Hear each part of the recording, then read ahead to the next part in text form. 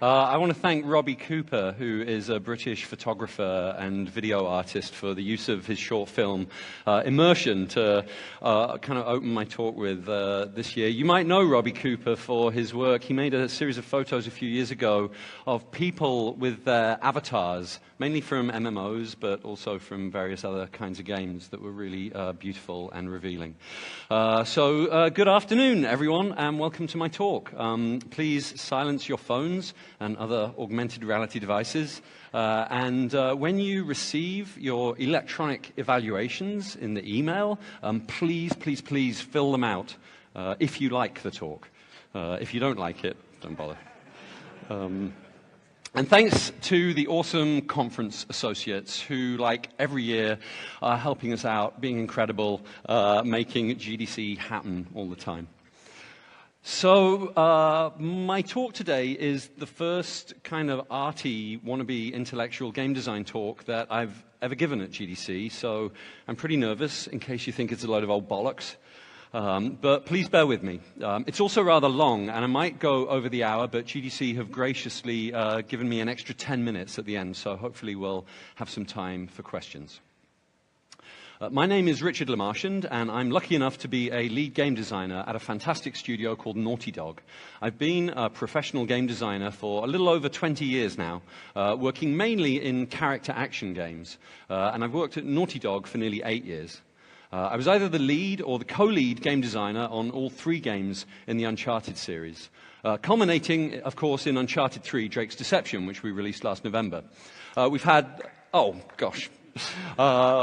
Thanks. We've had terrific success with Uncharted 3, and even though I'm not going to put too much focus on the Uncharted games today, I'll tell you about some of the playtesting techniques later on that we used to improve and polish this, our latest game. But as well as leaving you with just a little bit of practical takeaway today, I have 2 other goals for my talk, both of them to do with game design philosophy, and both of which I hope will be useful to you in your game design practice. One of them relates to my thoughts about the value and nature of what gets called experiential gameplay. Now, we've used this kind of gameplay to powerful effect in the Uncharted series, for example, in the Peaceful Village sequence in Uncharted 2. But it's also being used in many different ways by many different kinds of games, from the world of AAA to indie and art games. So we'll get back to this towards the end of my talk.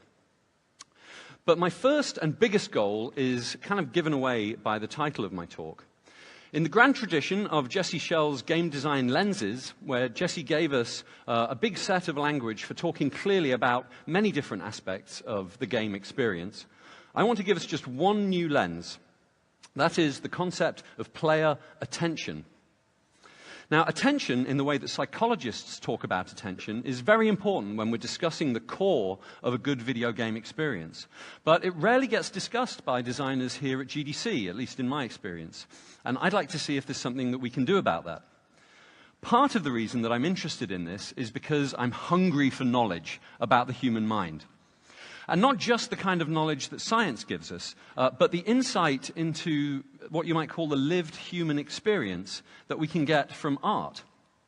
And what better art form to explore these questions with than that of video games? The other reason that I want us to start talking about attention is my personal dislike, some might say my unreasonable dislike, of a couple of innocent words. Here they are. Poor old immersion and immersive. Their relatives, engaging and engagement, are a little bit better, but I'm afraid not that much. Now, we use these words all the time when we're talking about what makes games great, but do we really understand what they mean? Their literal sense seems confusing. When we're immersed in a game, what are we under the surface of? Is it some kind of game design soup? Are we inside the gameplay or inside the graphics, like James Woods making out with his creepy TV in Videodrome? In their landmark 2003 book, Rules of Play, Katie Salen and Eric Zimmerman talk about something that they call the immersive fallacy.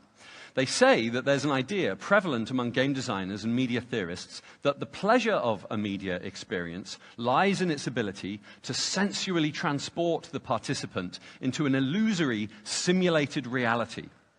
One so complete that ideally the frame falls away so that the player truly believes that he or she is part of an imaginary world. And they go on to claim that this conception is a mistake. The use of the word immersion in this sense, which refers to our going beyond the boundary between our day-to-day world of IRL and into some machine-mediated consensual hallucination, to borrow a bit of poetry from William Gibson, it comes from the world of virtual reality. And it's an alluring idea. Certainly, the level of identification that we have with the protagonists in a movie or the hero of a game would suggest that we get caught up in fantasies quite thoroughly.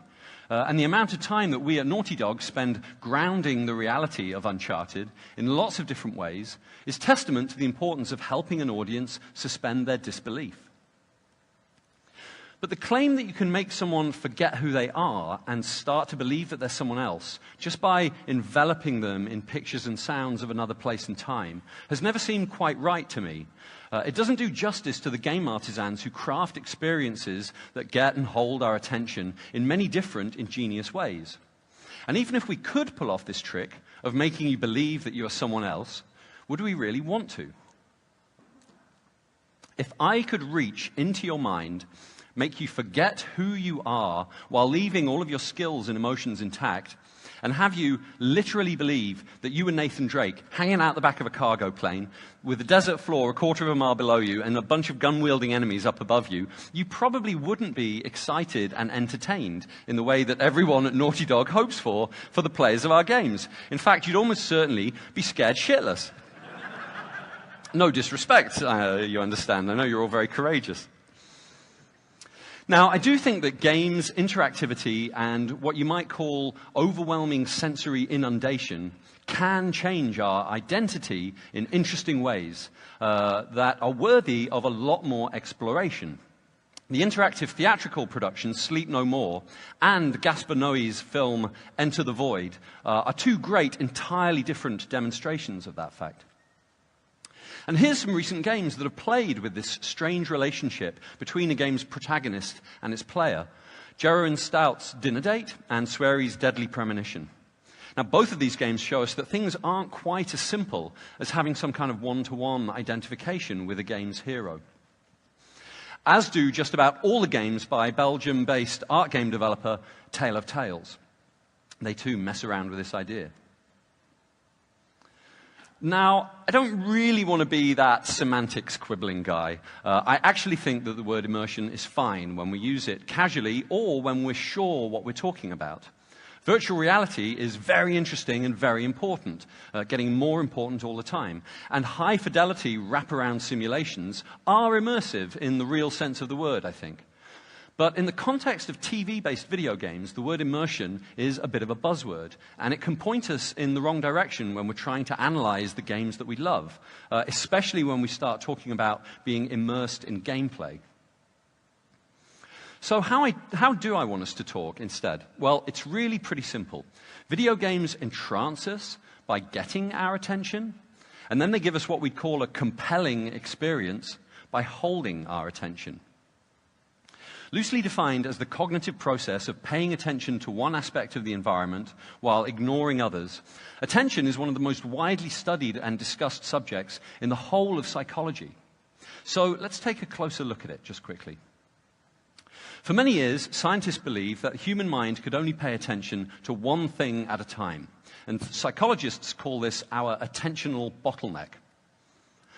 The game designer Colin Northway has talked interestingly about this on his blog in terms of attention splitting.